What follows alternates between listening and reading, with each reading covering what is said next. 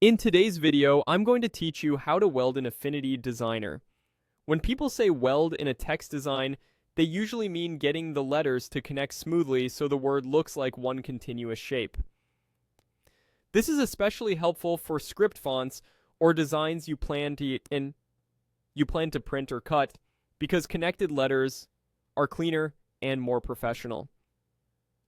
We'll achieve that welded look by adjusting the spacing between letters in Affinity Designer. Start by opening the Affinity app on your computer. Give it a moment to load your workspace and open the document that contains your text. If you're starting fresh, make sure you've already added some text so there's something to work with. Click directly on the text in your canvas to make it active, then highlight the exact word or phrase you want to weld. You can double-click inside the text and drag across to select it, or triple-click to select an entire line. The key is to ensure the characters you want to adjust are highlighted, so any changes apply only to that selection. Next, head up to the menu bar and click Window. This is where you can show or hide panels you'll need for fine-tuning. From that window menu, choose Text. This tells Affinity to reveal the tools related to typography and makes the next panel easy to access. Now click Character. That opens the Character panel, which is where all the detailed text controls live. If you don't see it pop out, look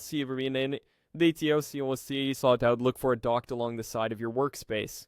Inside the Character panel, locate the section labeled Position and Transform. In that section, find the Tracking control. Tracking adjusts the overall spacing between all selected characters evenly. For a welded look, you typically want to reduce that spacing so letters move closer together. Drag the tracking value slightly to the left, or type in a small negative number, and watch the letters on your canvas move together in real time. Go slowly and keep an eye on how the shapes connect.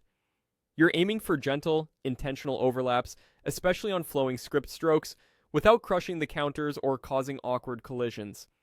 If one letter pair still looks off after you've found a good overall setting, remember that tracking affects the entire selection evenly, while kerning adjusts spacing between a specific pair. For now, keep the focus on tracking to achieve the broad welded effect. You can always nudge the value back towards 0 if you've gone too far. Small changes make a big difference, that's it. With the text highlighted, the character panel open, and tracking tuned under Position and Transform, your letters will connect cleanly for a polished, welded appearance.